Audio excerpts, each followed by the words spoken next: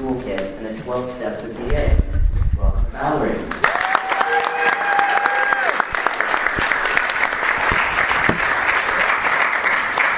Good morning, beautiful people. My name is Valerie. Hi, Valerie. I am a recovering and prospering compulsive under-earner, debtor, and business owner. And there are multiple aspects of my recovery that I wanted to touch on today because I'm so grateful, and thank you, Kathy, for asking me to be here this morning. This program has been so impactful and life-changing for me. I want to say welcome to the newcomers, and for those who didn't identify, welcome. And if you're returning, welcome back. I am a returnee, actually. So I first came into this program in 2010, and then I had amazing, really fast recovery. And then things got well, my mindset changed. I needed to go out some more, so I left for 2 years, and then I came back in 2017 and recommitted. And so a few things I wanted to touch on. So there are some big questions that I had for myself when I look at my recovery over the last 9 years, right? The very first question when I came in August of 2010 was, can I be a fully self-supporting adult? What was happening at that time was massive under-earning. For instance, I had a fear of going places. I wrote down some notes because there's a lot that has happened, and I want to just make sure I transmit all of it to you because it's been beautiful and some of it has been tragic. So fear of going places that required street parking or a parking lot because I rarely had quarters in my car. That's how bad the under-earning was. When I came in 2010, I was living in a shared bedroom, so it's called a room share. I was paying $430 a month, and I was having trouble paying that.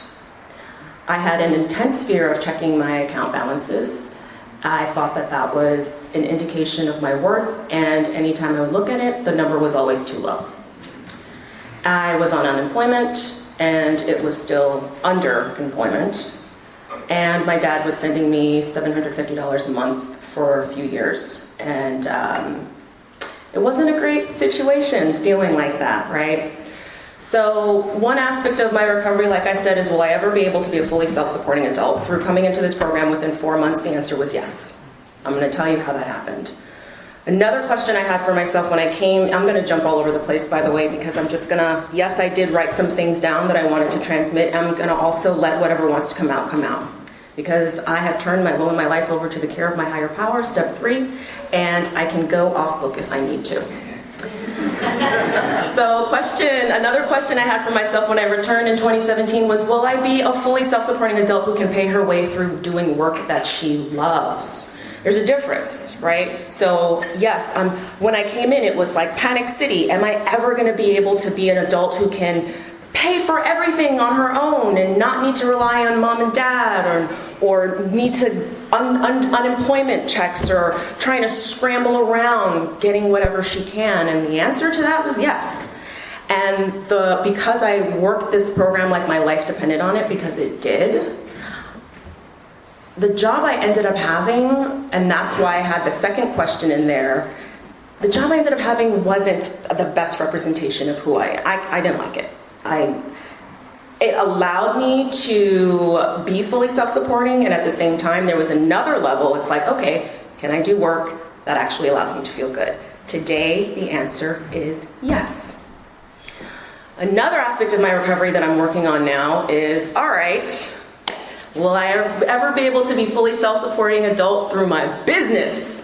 Because that's the thing, and this is a VDA meeting, right? So let me bring that in.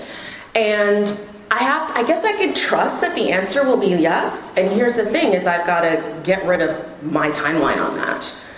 I have had massive challenges in this program, and any and all of my programs. I have a history of being in 5 programs, now I'm in 4.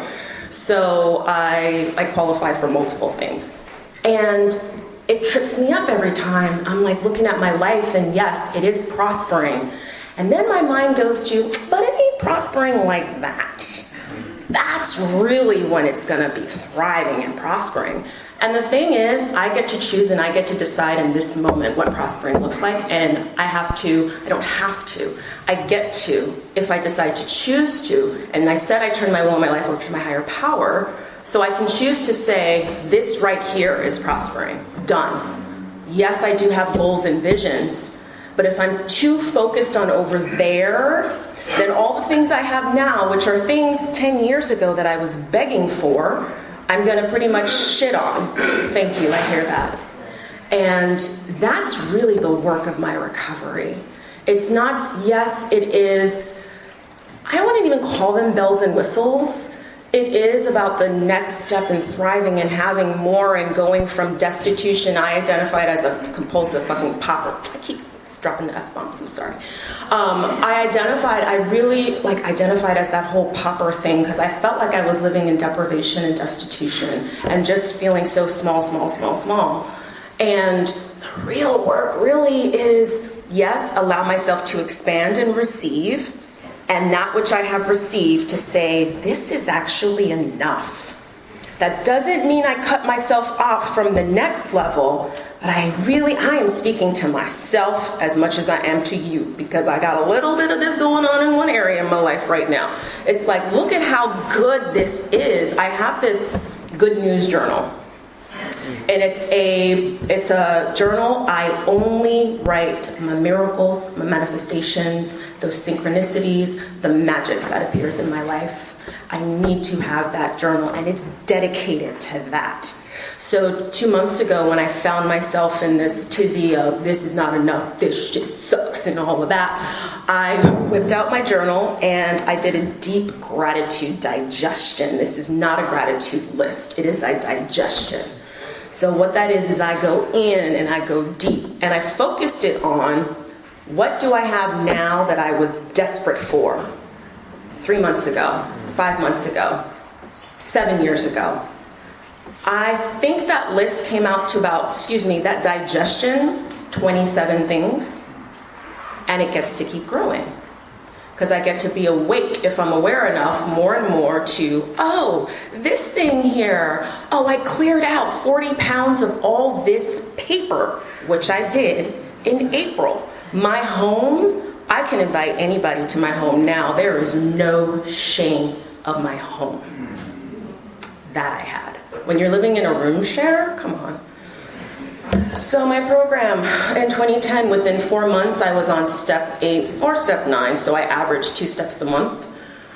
I did not joke around. My sponsor, she's someone who, when I looked at her first, I was like, oh no. I mean, I didn't even think about her as a sponsor, but I would keep reaching out to her and she was always available. And then one day it's like, ask this woman to sponsor you. And so she took me through the steps in this program, through that yellow book. Christmas Day, 2010, feverishly writing on my step 4. It was raining. My cousin was driving up on his motorcycle from Pendleton. We were going to have dinner. And I remember feverishly writing that 4th step. And then I went out to dinner with him. And my life drastically changed.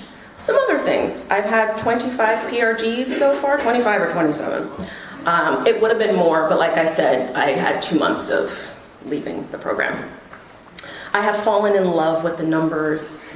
I listen to these podcasts. I'm so grateful for these podcast recordings because I listened to them, and there was a speaker, I don't remember her name or when she spoke, but she was talking about how she gets current on her numbers on the 15th of the month and then again at the top of the month. I'm like, I regularly keep my numbers, but I really like this, knowing what the numbers are by the 15th, so I can make adjustments or turn it over to my higher power or do whatever I need to do so that I can be solvent. For Q1, so quarter 1 of this year, I've been on the black. So for those who don't understand, I've been solvent. My income has actually exceeded my expenses. Now, if I were in the but, I'd say, but it was only by $40, and I wasn't fully self-supporting in my business, and this and this and this, and I get to tell that part of my mind, thank you so much, I love you, and it's enough. It's enough. So I fell so much in love with the numbers. I have this Excel spreadsheet. I love the numbers booklet. I bought every single pamphlet, every single booklet, and I fell in love with it so much that I gave this workshop in 2013, I think. It was called From Vagueness Valley to Mount Clarity. Keeping your numbers with serenity. It's a paperless system that I used for my numbers that I still do. I said I did become fully self-supporting adult within 4 months. In the beginning, I couldn't afford the DA workshops at $12. So I showed up and I was of service. Thank God that y'all say no one will be turned away for lack of funds. So I served with my mind and my heart. Thank you. And now I think what is it? The PayPal donation on the SoCal DA website. I go randomly shoot $30 here and there as a tithe to this program. That's it, going from I can't afford $12 to let me randomly tithe to the fellowship. So this program works if you show up. I have written 2 articles for the checks and balances. One was about being fully self-supporting as an adult and having that experience, and then the second one was 2017. I went to a visions board workshop, and then I took a picture, I sent in my vision board thing and wrote a little thing about it. I also purchased my first car through this program. My PRG man, who's known me for years, actually both my PRG man and woman, I've known them, I adore them. They're amazing people, and my guy walked me through buying my first car ever as an adult, and I really am grateful for that. And my car's paid off, by the way. I've taken solvent trips on airplanes and without needing to charge shit. Oh, I keep dropping cuss words, sorry. That's just how I speak. I have a prudent reserve. Here's the other thing. I have spent down the prudent reserve, and if I'm so focused on, but the prudent reserve is to go like this, my PRG woman reminded me, the nature of a prudent reserve is for it to be pulled when you need it. So get the hooks out of that, get the shame out of that. And so here, the other aspect of it is to continually putting money back in. And that part that says we build our prudent reserves, however humble, she gets to continually reminding me. So when I look at my prudent reserve, it's growing again, and it grew faster than I thought. So I get to lift the pressure off myself with that. A couple of golden nuggets. I didn't talk about the tools game. Tools game is bomb. I did do the tools game twice, and one of the times my team won. And I still don't think I got my trophy yet, so I still need to talk to Chris about that. Okay, so a couple of golden nuggets, because I probably have 2 minutes left. I didn't talk about my credit card debt. I need 30 minutes to share. So I owe the IRS $1,000. I'm on a payment plan, $50 a month. I do have $30K in credit cards. That's the other thing. So the 2 years that I was out, that other job that I said, the full-time job that I said that I had built a $30K in retirement. So in 2 years, I used up all the $30K, and what is that gambling term? I can't remember. I built it up. I racked up more debt of $30K. So I spent down and then built up. 2 minutes, thank you. And I get to say this to you without having shame. One of my credit card people, they served me a summons in November or December. I came here on the mic and I said, okay, this is what's happening and I'm really scared. And y'all helped me. And so I have steps to walk through that process. I'm still sending my $10 checks to the company, even though they done sued me. I'm still in communication. I have 3 or 2 other creditors that I still do that. I do my letters. Y'all told me, you can tell them, don't call you. You can say, keep the correspondence to the written medium, postal. So that's what I did. And I send my checks, and that's done. That's as much airtime it takes up in here. And it'll get paid when it gets paid. I'm $30K, but I know some of y'all have had millions in debt and hundreds of thousands. So I think I'll be okay. I just need to keep my focus on my higher power, on expanding my earnings, and keep it moving. In step 2, there's so much more I wish I could share. And I think the last thing I want to talk about is the willingness The value of being fully self-supporting and taking work that allows me to do that, if that means I need to put my business to the side a bit, if what is showing up in front of me that I love and adore, this is actually what's happening for me right now, the work that I do that allows me to be wildly creative, it encompasses every single aspect of what I love to do and it's built into my business. That's what keeps showing up. I never would have thought that I'd be doing it, but it brings me joy, and I get to run a rehearsal today for 3 hours and then teach a workshop later tonight, right? It's not necessarily, like, my business is not yet at $15K net per month. And the thing is, because y'all told me or shared with me, or that's my time, so I'll wrap, I gotta be fully self-supporting. And if that means the business gets to go on the shelf where I'm not spending as much time on it, that is okay. I gotta trust that the timeline of it is gonna unfold when it unfolds, but in the meantime, it is my responsibility to be fully self-supporting and to find the work that preferably I love to do that allows me to do that. And at the same time, it's like, this is what turning my will and my life over to the care of my higher power looks like. And thank you all for being here.